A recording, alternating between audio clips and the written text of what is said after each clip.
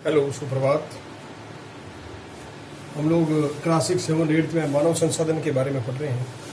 जैसा कि हमने बताया था कि मानव संसाधन क्या है, तो एक बार मैं आपको थोड़ा पुनः बता देता हूँ कि मानवीय आवश्यकताओं की पूर्ति के लिए जो साधन काम में लेता है या जिन उद्देश्यों से वो कार्य करता है या जिन उद्देश्यों को वो करता है पूरा, या जिससे उसकी आवश्यकताओं की पूर्ति होती है, वो मानव संसाधन कहलाते हैं।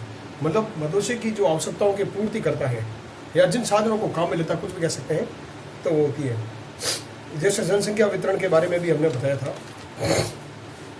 इसके अलावा जनसंख्या को प्रभावित करने वाले जो प्रमुख कारक थे, उसी के आगे हैं, इसी कड़ी में, अगले चैप्टर में, उसी टॉपिक में, जनसंख्या को प्रभावित करने वाले कारक। मैंने जनसंख्या वितरण के बारे में भी बाद में बता दिया था। तो जनसंख्या को प्रभावित करने वाले कारकों में प्रमुख रूप से जो हैं वो इस तरह से हैं। जनसंख्या को प्रभावित करने वाले कारक।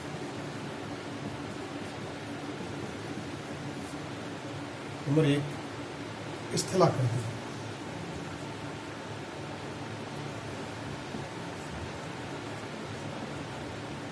स्थलाकृति का मतलब होता है जमीन का या भूमि का वो भू क्षेत्र जिसमें लोग निवास करते हैं। दूसरी है जलवायु।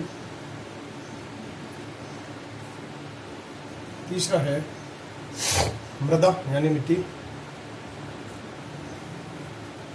चौथा है आपके जल। और पांचवा है खनिज। अब यहाँ पर सारे जनसंख्या से प्रभावित है, क्योंकि जनसंख्या के लिए स्थलाकृति यानी जमीन का होना आवश्यक है। जलवायु वहाँ के वातावरण के द्वारा किए जाने वाला जरूरी है, क्योंकि जलवायु जहाँ की जैसी है वहाँ लोग उसी तरह के निवास करते हैं, उसमें डल जाते हैं। मृदा यानी मिट्टी, यानी फसलों के लिए उपयोगी साधन एक प्रकार से कह सकते हैं। जल बहुत जरूरी है कि जल ही जीवन है। बिना जल के तो संख्या या जनसंख्या हो चाहे मनुष्य रह नहीं पाते हैं। खनिज, खनिज वह संसाधन है जो खोद कर निकाला जाता है और ये मनुष्य की जो है आगे बढ़ने में बड़ा ही सहायक होता है। उसके बाद में आर्थिक कारक भी हैं। औद्योगिक क्षेत्र की हम बात करते हैं, यानी औद्योगिक क्षेत्र का मतलब होता है आकर्षित रोजगार, यानी औद्योगिक क्षेत्र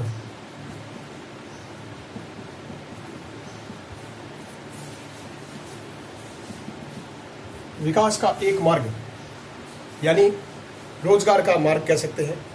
इसका अर्थ होता है आकर्षित रोजगार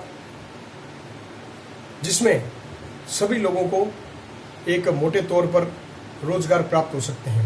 औद्योगिक क्षेत्र कई प्रकार के हो सकते हैं, जैसे हम मुख्यतः 3 प्रकार के पढ़ते हैं। सबसे पहला आता है कुटीर उद्योग,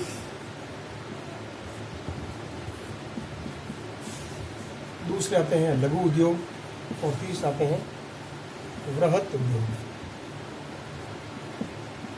अब कुटीर उद्योग के अंदर घर के लोग ही काम करते हैं। इसमें 5, 4 या 3, 2 आदमी भी काम कर सकते हैं।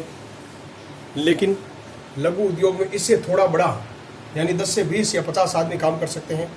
ये उद्योग, कुटीर उद्योग जो होता है वो घरों में खोला जाने वाला उद्योग है, यानी इसको हम लोग घरेलू उद्योग भी कहते हैं।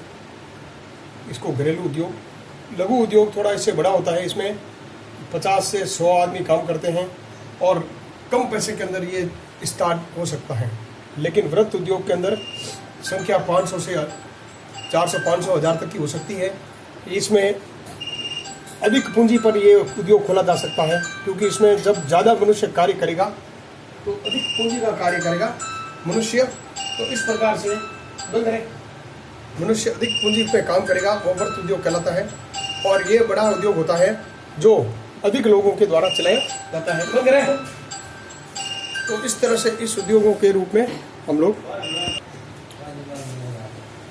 तो कुटीर उद्योग, लघु उद्योग और वृहत उद्योग, ये औद्योगिक क्षेत्रों को 3 प्रकार से हम लोग बांट सकते हैं। यानी कुटीर उद्योग का मतलब होता है घरेलू उद्योग, जो छोटे तौर पे लोग अपने कम पूंजी के अंदर चला सकते हैं।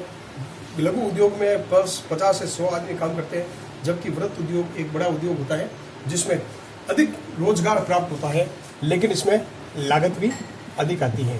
तो इसमें रोजगार भी अधिक मिलेगा और ऊंचे स्तर में अधिक जो है कार्य अथवा फसलें उगाई, ये ज़्यादा से ज़्यादा रोजगार मिलेगा, लेकिन ये थोड़ा महंगा पड़ेगा। इसके बाद हम लोग सांस्कृतिक कारक के बारे में बात करते हैं। और ज़्यादातर औद्योगिक क्षेत्र जो कह सकते हैं हम लोग, जापान के ओसाका, मुंबई, अपने यहाँ मुंबई के अंदर है, जापान में है, घने क्षेत्र जहाँ बसे हुए हैं, उसमें आकर्षित रोजगार, अधिक रोजगार प्राप्त होता है। फिर हम लोग बात करते हैं मानव साधन के संसाधनों की।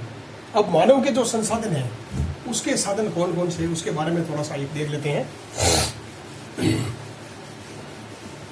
मानव संसाधन के साधन, मानव संसाधन के साधन।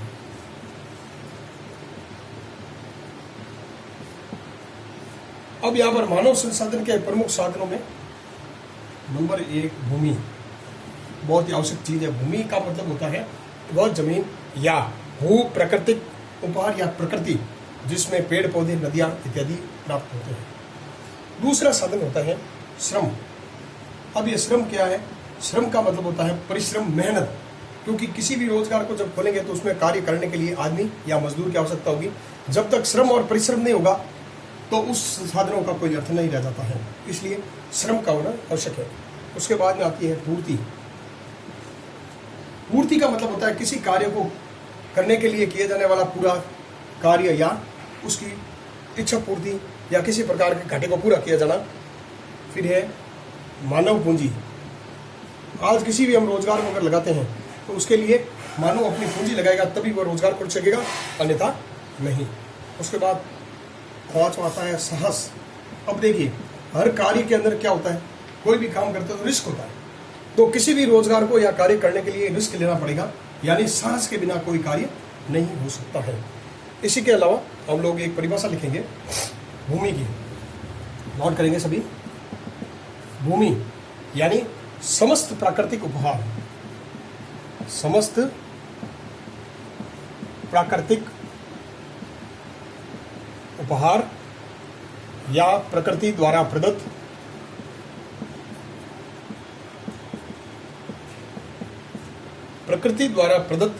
समस्त पदार्थ,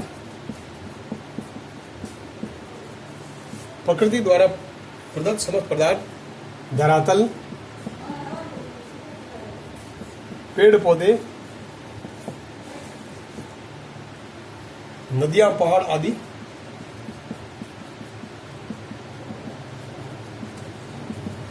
ये सभी भूमि के अंतर्गत आते हैं। तो इस प्रकार से हमने भूमि की परिभाषा देखी है। अब हम लोग मानव संसाधन की कुछ विशेषताओं के बारे में भी देखेंगे। नोट करेंगे विशेषता। नंबर 1, ये प्रकृति का उपहार है। दूसरा, अनिवार्य साधन है। तीसरा, अविनाशी है। अगर किसी को नहीं दिखता है तो मौखिक जो बोल रहा हूँ वो नोट कर लेंगे। चौथा है स्थित साधन।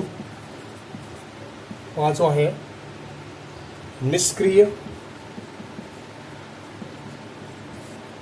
और छठा है सीमित साधन। तो इस तरह से ये इसकी प्रमुख विशेषता है मानव संसाधन की। आज का टॉपिक यही है, नोट करेंगे और मुझे दिखाएंगे। आगे हम अगला टॉपिक में और नया लेके